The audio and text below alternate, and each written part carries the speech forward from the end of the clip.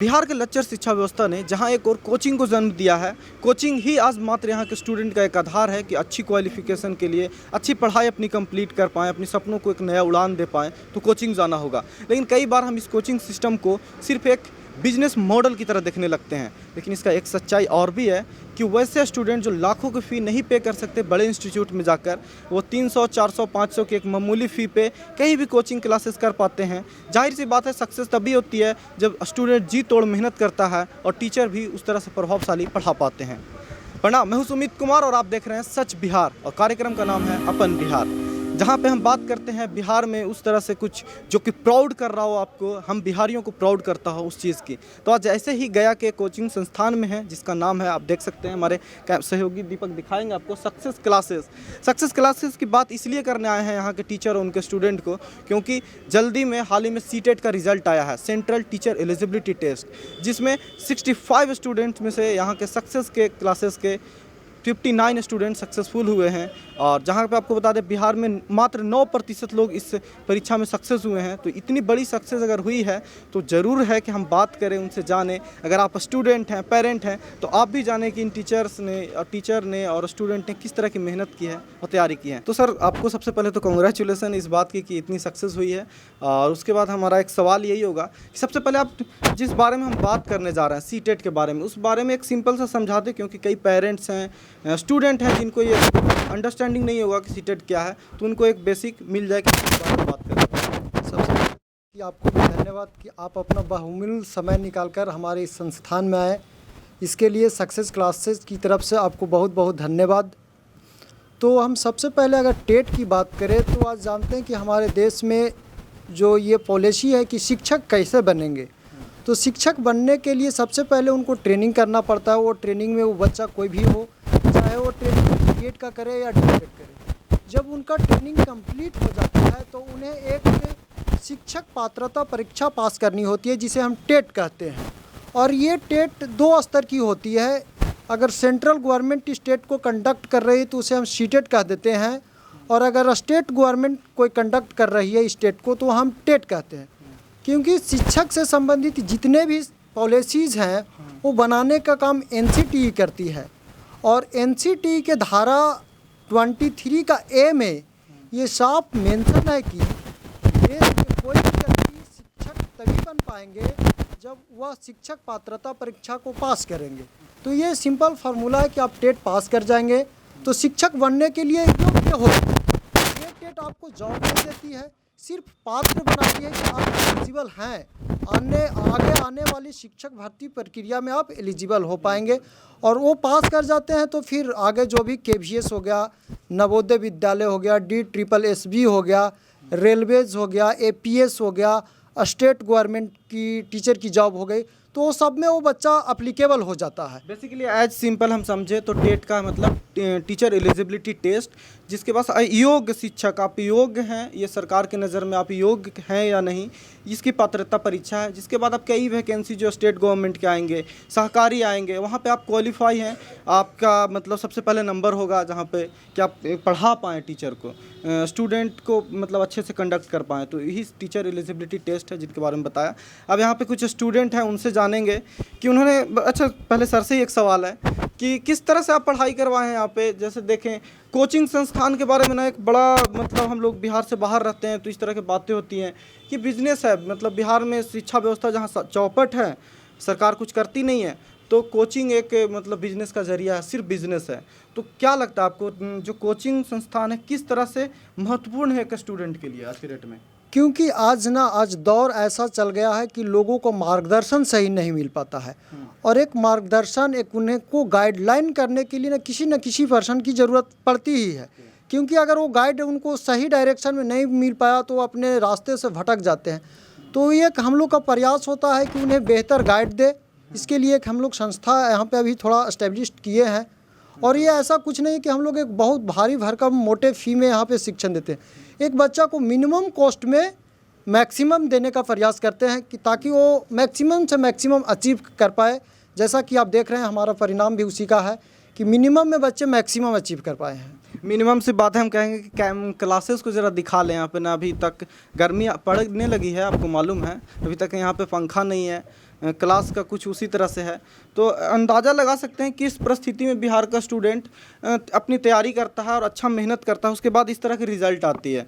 तो यहाँ पे स्टूडेंट भी हैं। क्या नाम है आपका? जी, मेरा नाम है मीनाक्षी पांडे। अच्छा, क्या लगता है किस तरह से पढ़ाई सर कितना अच्छा पढ़ाते हैं? ये तो बहुत ही अच्छा पढ़ाते हैं। हालांकि मेहनत करने को तो हर स्टूडेंट करते हैं, बट कैसे करते हैं और किस तरीके से करना चाहिए ये हमें सतीश सर से ही सीखने को मिला है। अच्छा, आप बीएड क्वालिफाइड हैं क्या? जी। अच्छा, तो बीएड आप भी कल के बाद टीचर बनेगी, जब टेट क्वालिफाई होगा आप भी टीचर होंगी। क्या लगता है किस तरह के एजुकेशन की ज़रूरत है यहाँ के स्टूडेंट को? क्या महत्वपूर्ण आपके लिए अगर एक एजेंडा हो बीइंग अ टीचर कि कुछ इस तरह का एजुकेशन होना, तो मतलब पढ़ाई हो, क्योंकि टीचर होना सिर्फ ऐसा नहीं है कि कुछ चीज़ों का नॉलेज होना, अपनी बात को कन्वे करना स्टूडेंट तक और स्टूडेंट उस चीज़ को समझे, ये भी एक बहुत महत्वपूर्ण हिस्सा है एक टीचर का। फर्स्ट ऑफ ऑल तो सबको ये ऐसा एजुकेशन होना चाहिए खुद में भी कि जो वो खुद भी क्रिएट हो और जिसे वो शिक्षा दे वो भी क्रिएटिव बने। चलिए, एक बहुत बढ़िया चीज़ है कि खुद क्रिएटिव हो, पढ़ाने का एक नया तरीका हो और अगले को भी क्रिएटिव बनाए। एक अलग तरह की एजुकेशन, एक पैथेटिक फॉर्म कहते हैं ना कि पुराने तरीका से रट्टा मार के पढ़ो, उससे निकले और एक अच्छी क्रिएटिव एजुकेशन की ओर बढ़े। बेसिक सा सवाल है, आप टीचर बनने जा रही हैं, कितना लगता है स्टूडेंट के सामने किस तरह के स्टूडेंट को पढ़ाने का शौक है? कभी रहा है बचपन से कि मतलब नहीं टीचर ही बनना, या फिर फ्लो में बढ़ते गए हैं चलो बन जाएंगे कुछ? अब नहीं, फ्लो में नहीं बढ़ते गए, शुरू से ही मतलब चॉइस था कि टीचर बने। टीचर बने। यस। तो आप भी स्टूडेंट रहे हैं, पढ़ाई के निकले हैं, क्या चीज़ वो एक डिफ़िकल्टी अपने टीचर के साथ फेस किया जहाँ पे एक कम्युनिकेशन गैप, कभी कभी होता है ना कि टीचर आपकी बात को नहीं समझ पाते हैं, आपको सीधा से एक जज किया जाता है स्टूडेंट को कि ये लो एवरेज स्टूडेंट है, ये अच्छा स्टूडेंट है, और ये मतलब भोथर जिसको बिहार में बोलते हैं, इसको कुछ नहीं हो सकता, इस तरह की एक कैटेगरी होता है। तो यहाँ पे बात होती है, तो इस कैटेगरी से आप क्या लगता है कि एक टीचर को कैसा ट्रीट करना चाहिए स्टूडेंट को? सबके पास सीखने के नॉलेज होता है, किसी का हाई होता है, किसी का लो होता है, लेकिन टीचर को ऐसा होना चाहिए जो मतलब सबका लेके बराबर चले। चलिए, सबको समझे कि किस तरह से कौन सा स्टूडेंट किस तरह से सोचता है चीज़ों को, क्योंकि हाँ जाहिर सी बात है कि सबकी एक बुद्धिमत्त क्षमता जो होता है वो बराबर नहीं होता। हाँ, अलग अलग होता है। आप मैम आप बताइए। ये नहीं है। चलिए, अच्छा आप तैयारी नहीं कर रही हैं? चलिए कोई दिक्कत नहीं, आप बोलिए। सबसे बड़ी बात है कि आप यहाँ पे सबसे मतलब इल्डर हैं, सबसे बड़ी हैं, और आप इस तरह से बेंच पे बैठ के पढ़ाई कर रही हैं। जब स्टूडेंट के पास जाएंगी तो आप पढ़ाएंगी तो एक अलग ऑरा होगा कि मतलब नहीं अच्छी पढ़ाई होगी यहाँ पे, और क्या होगा। तो क्या लगता है आप? तो सर सतीश सर जो मेरे लिए बहुत अच्छे हैं सर, काहे कि हमको लैंग्वेज में वही पढ़ाएं कि सर हम निकले, हमारा पढ़ाई 20 बरस से छूट गई थी। अच्छा।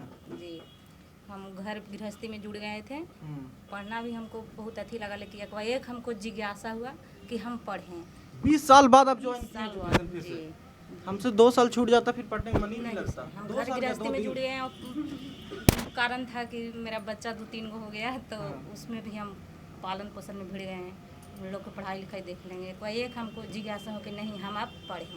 हाँ। चलिए, 20 साल बाद एजुकेशन ज्वाइन करने के बाद भी एक बहुत बड़ी बात होती है, मेरे से तो ना हो पाएगा।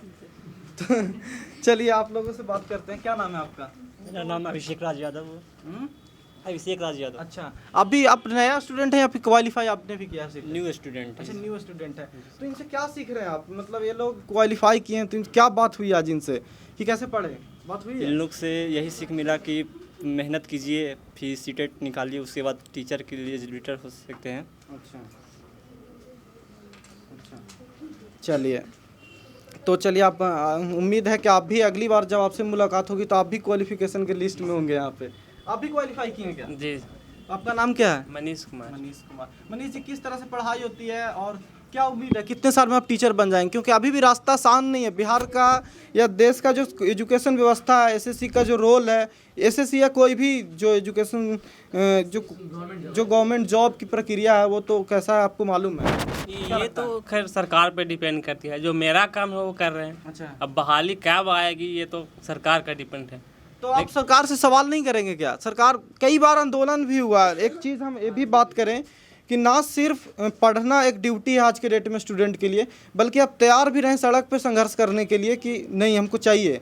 अभी 94,000 जो टीचर का बहाली था वो भी पेंडिंग पड़ा है कोर्ट में, उसके लिए संघर्ष कर रहे हैं। तो बिहार के जो स्टूडेंट्स एक शिकायत रहती है ना कि वो साथ नहीं आते। जब 94,000 स्टूडेंट संघर्ष कर रहा है तो यहाँ पे आप लोग नहीं जाते, आप लोग संघर्ष कर रहे हैं तो वो लोग नहीं आएगा। कभी बोर्ड परीक्षा वाला संघर्ष करेगा तो वो नहीं आएगा। तो क्या लगता है सबको साथ आके बात करनी चाहिए सरकार से? बिल्कुल करनी चाहिए। अच्छा, ये तो कर्तव्य भी है, हम लोग हक के लिए क्यों नहीं लड़ेंगे। और कितना मार्क्स आया है आपका? 90 मार्क्स मेरा है। अच्छा, इनका 90 मार्क्स है सीटेट में। तो एक अच्छा मार्क्स के लिए क्या टिप्स होगा, हमको भी बता दीजिए। हम भी टिप्स कुछ करें देखिए, अपने ऐसा एक कहा गया है कि बिना गुरु का ज्ञान नहीं होता। बच्चा करता है खुद ही, लेकिन एक गाइडेंस बहुत बड़ा मायने रखता है। और मेरा जो अनुभव रहा, सेट प्रैक्टिस बहुत ही ज़रूरी है। सेट प्रैक्टिस जी, बहुत ही ज़रूरी है। अच्छा, और उस पे जो आप इतनी पढ़ाई किए हैं, एक सवाल है आपसे भी, कैसे पढ़ाएंगे जाके स्टूडेंट को? क्या लगता है आपको कि इस तरह से पढ़ा देंगे हम जाके सरकारी स्कूल में या की भी, तो उसे ज़रूरत नहीं पड़ेगी प्राइवेट संस्थान में कोचिंग जाने की या फिर इस तरह से परेशान होने की? देखिए, बच्चा को कुछ अपने से नहीं, कुछ उसको अवसर देना चाहिए कि कुछ खुद वे करके सीखे। वो ज़्यादा मेरे ख्याल से फ़ायदा करेगा कि बच्चा को ऐसा बना दे कि खुद से करने के लिए तैयार हो जाए। जरिया बना दे उसको अच्छा से, जिससे उसको इंटरेस्ट आए, अपने से इंटरेस्टेड हो जाए इस चीज़ को सीखने के लिए, वो ज़्यादा फायदा करेगा। अच्छा, तो मेरा एक्सपीरियंस इन फातिमा। चलिए। सबसे पहले तो 2020 जो था, कोरोना वायरस की वजह से तो पूरा दुनिया एकदम बैठ गई थी एकदम से घर में। तो हम भी घर में बैठ गए, हमको तो लग ही नहीं रहा था, एकदम टेंशन लेने ही छोड़ दिया कि अब सीटेट होना ही नहीं है मेरा। तो हमको पता भी नहीं, मेरा घर यहीं पास में ही है, मगर हमको नहीं पता था कि सक्सेस क्लास यहाँ पे तैयारी कराई जाती है। अचानक से हम यहाँ पे निकले तो बोर्ड पढ़े सक्सेस क्लास, फिर सर यहाँ पे हम आए तो सर नहीं थे। सामने से कितना? हाँ, बोर्ड दिखा, मगर हम यहाँ पे आए तो यहाँ पे कोई नहीं था, तो खाली एकदम। फिर सर का नंबर था तो मैंने निकाला, फिर कॉल किया तो सर से बात हुई तो बोले ठीक है आप आइए। हम बोले सर बस 1 महीना 20-25 दिन बच रहा, सर हो जाएगा? तो बोले हाँ बिल्कुल हो जाएगा, एकदम टेंशन मत लीजिए, एकदम हुआ भी? जी चलिए, हो गया। कांग्रेचुलेशन आपको भी, बहुत बड़ी। हाँ, तो सर यहाँ सेट प्रैक्टिस यहाँ का बहुत अच्छा है, एकदम लाजवाब है, कहना नहीं है उसका। और सर पढ़ाते भी बहुत, फिर उसका जो डिस्कशन करते हैं उसमें एकदम क्लियर हो जाता है, एकदम कॉन्सेप्ट पूरी अच्छी तरह से। तो वो बहुत अच्छा लगा। हम कुछ दिन ही तैयारी किए बट मेरा हो गया। मैं क्वालिफाई कर गया हूँ दोनों पेपर में। 107 नंबर आया है पेपर 1 में और पेपर 2 में आया है 92 नंबर। और मैं यहाँ सक्सेस क्लासेस में 1 महीना में ज्वाइन किया हूँ। मतलब सक्सेस क्लासेस के जो टीचर हैं सतीश सर, उन्होंने ऐसा पढ़ाया कि मतलब हम लोग सीटेट पढ़ते हैं, बीएड का कोर्स में भी दिया हुआ है कि आप बाल केंद्रित पढ़ाइए, ना कि आप शिक्षक केंद्रित होते हैं। सतीश सर ने वही किया, लोगों को आकर बाल केंद्रित बताया, लोगों को इस तरह से इन्वॉल्व कर दिया कि अब जैसे लगा कि वो अपने लाइफ से रिलेट करके पढ़ा रहे हैं। और आगे फ्यूचर में उन्होंने ऐसा बताया कि आप लोग इस तरह से पढ़ सकते हैं, ना रटने पे जोर ना देकर कॉन्सेप्ट क्लियर करवाया। और आज हम लोग को लगता है भी कि कॉन्सेप्ट अगर हमारी क्लियर हो जाए तो सारा कुछ हम लोग कोई भी चीज़ फतेह हासिल कर सकते हैं, कोई भी चीज़ हासिल कर सकते हैं।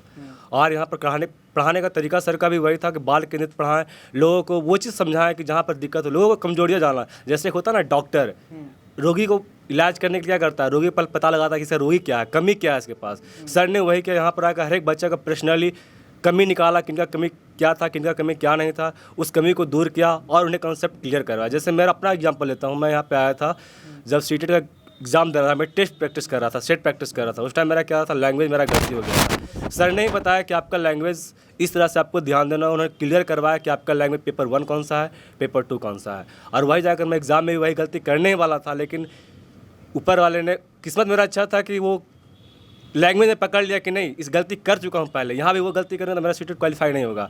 बस उस गलती को मैंने अपना क्लियर कर लिया। और ज़्यादातर मैं सर को थैंक यू बोलना चाहूँगा, क्योंकि उनकी वजह से मेरा कॉन्सेप्ट क्लियर हुआ और बहुत कम समय में अपना सीटेट क्वालिफाई कर लिया हूँ।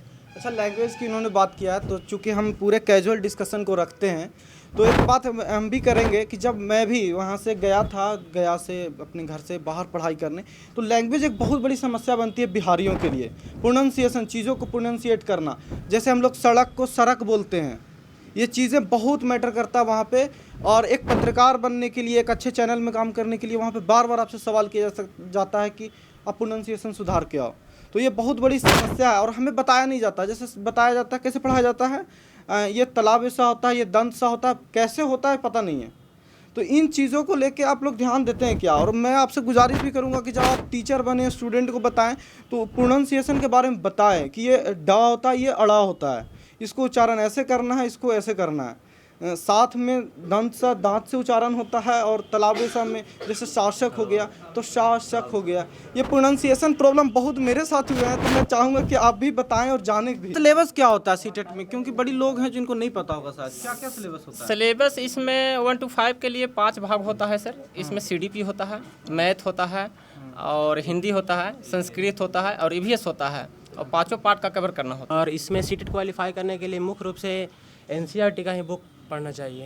अच्छा, NCERT। हाँ। अब हम बात करते हैं संस्थान के टॉपर रागिनी कुमारी जी से।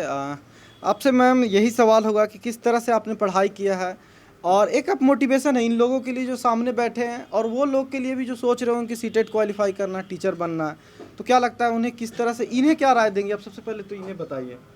सबसे पहले तो हम ये बोलना चाहेंगे कि जो सर पढ़ाते हैं उसके माध्यम, सर के गाइडलाइन के अनुसार आप लोग उसको फॉलो करिए, तब ज़रूर अच्छा कर पाइएगा। सर का गाइडलाइंस बहुत ही बेटर रहता है। मेहनत करने के लिए तो हर लोग मेहनत करते हैं, लेकिन अगर गाइडलाइन सही नहीं मिले तो वो अपने शायद रास्ते से भटक जाते हैं। इस चीज़ को हम मानते हैं, ठीक है। लेकिन सबसे पहले जब हम भी सीटेट के लिए सोचे थे कि सीटेट क्या होता है, नहीं होता है, कैसे पढ़ाई करना है, नहीं करना है, अपने आप में 1-2 और टीचर के पास भी हम गए, लेकिन हमें कुछ समझ में नहीं आया। मुझे ये लगा कि शायद हम सीटेट क्वालिफाई नहीं कर पाएंगे, लेकिन जब से हम सतीश सर के साथ जुड़े, मुझे सीटेट क्या होता है, नहीं होता है, ये तो इतना अच्छा से समझ में आया। उसके बावजूद हर चीज़ को हम बहुत अच्छे से डील कर पाए, और तब मुझे लगा कि शायद हम अब क्वालिफाई कर जाएंगे। और इसमें सर का बहुत बहुत योगदान रहा। सर NCERT बुक के पैटर्न से हम लोग को पढ़ाए, और जो भी प्रॉब्लम रहा बेहिचक पूछने के लिए सर हर बच्चे को अवसर दिए, ताकि जहाँ पे भी कोई किसी भी तरह का प्रॉब्लम है आप सर से पूछ सकते हैं, बेहिचक पूछ सकते हैं, और सर उसको डील करते गए। इसी अच्छा, एक राय देना हो आपको, जो वो लोग हैं जो इस सीटेट क्वालिफाई करना चाहते हैं, पढ़ना चाहते हैं, इस फील्ड में टीचर बनना चाहते हैं, उन्हें किस तरह से बेसिक कंप्लीट करके आना चाहिए वहाँ से, कि यहाँ पे उन्हें इजी हो? क्योंकि आप भी आएंगे तो कुछ डिफ़िकल्टी हुई होगी, लगा होगा कि नहीं शायद हम पहले भी ये चीज़ें कर लेते तो ज़्यादा आसान होता है यहाँ पे आके। हाँ, सबसे पहले जैसे टीचर बनने के लिए तो BEd करना बहुत ज़रूरी है। तो BEd का फर्स्ट ईयर, सेकंड ईयर, तो फर्स्ट ईयर बेसिक इसका होता है सीटेट के लिए। फर्स्ट ईयर और second year both her basic है, दोनों बेसिक है। लेकिन ये दोनों को अगर हम कंप्लीट करके आए अच्छे से, तो हाँ 50% तो पक्का ही सीटेट उससे सॉल्व हो सकता है। ईज हो जाता है चीज़ों को समझने के लिए, ईजी बनता है पेपर उससे। तो ये चीज़ हम बोलना चाहेंगे कि फर्स्ट ईयर, सेकंड ईयर का पढ़ाई भी अच्छे तरीके से होना चाहिए, ताकि वो सीटेट में वो उसका बहुत महत्वपूर्ण योगदान है। यहाँ के सर से भी बात कर लें एक बार। और आपके सारे जो स्टूडेंट्स जो हैं जिन्होंने क्वालिफाई किया, एक बात बड़ी बढ़िया बताई, सिंपल एजुकेशन, सिंप्लिसिटी का बहुत इंपॉर्टेंस होता है किसी भी एजुकेशन में। अगर आपका सामने वाला बैठा समझ ही नहीं रहा है, उसे इतना लेंदी सा चीज़ें लग रहा है, बड़ा अजीब सा लग रहा है चीज़ें, हो सकता है कि आप बहुत इंटेलेक्चुअल हो, लेकिन उस चीज़ को कन्वे ना कर पाना कितनी बड़ी चुनौती है, या कर पाना। बिल्कुल सिंपल लैंग्वेज, साधारण भाषाएं, इनकी समस्याएं क्या है उसको हमने जानने का प्रयास किया, जिसे हम अपने BEd के लैंग्वेज में कहते हैं डायग्नोस्ट करना, है ना। हमने उसको डायग्नोस्ट करने का प्रयास किया, और टाइम बचते इन्हें रिमेडी किया हम। जिस तरह से एलिजिबिलिटी टेस्ट होता है उसकी पढ़ाई के बाद में हम लोग समझा। आगे भी आपसे मुलाकात होगी, बात होगी अपन बिहार में, जहाँ पे हम बात करेंगे बिहार से जुड़े वैसे चीज़ जो हमको आपको प्राउड करता है। देखते रहिए सच बिहार।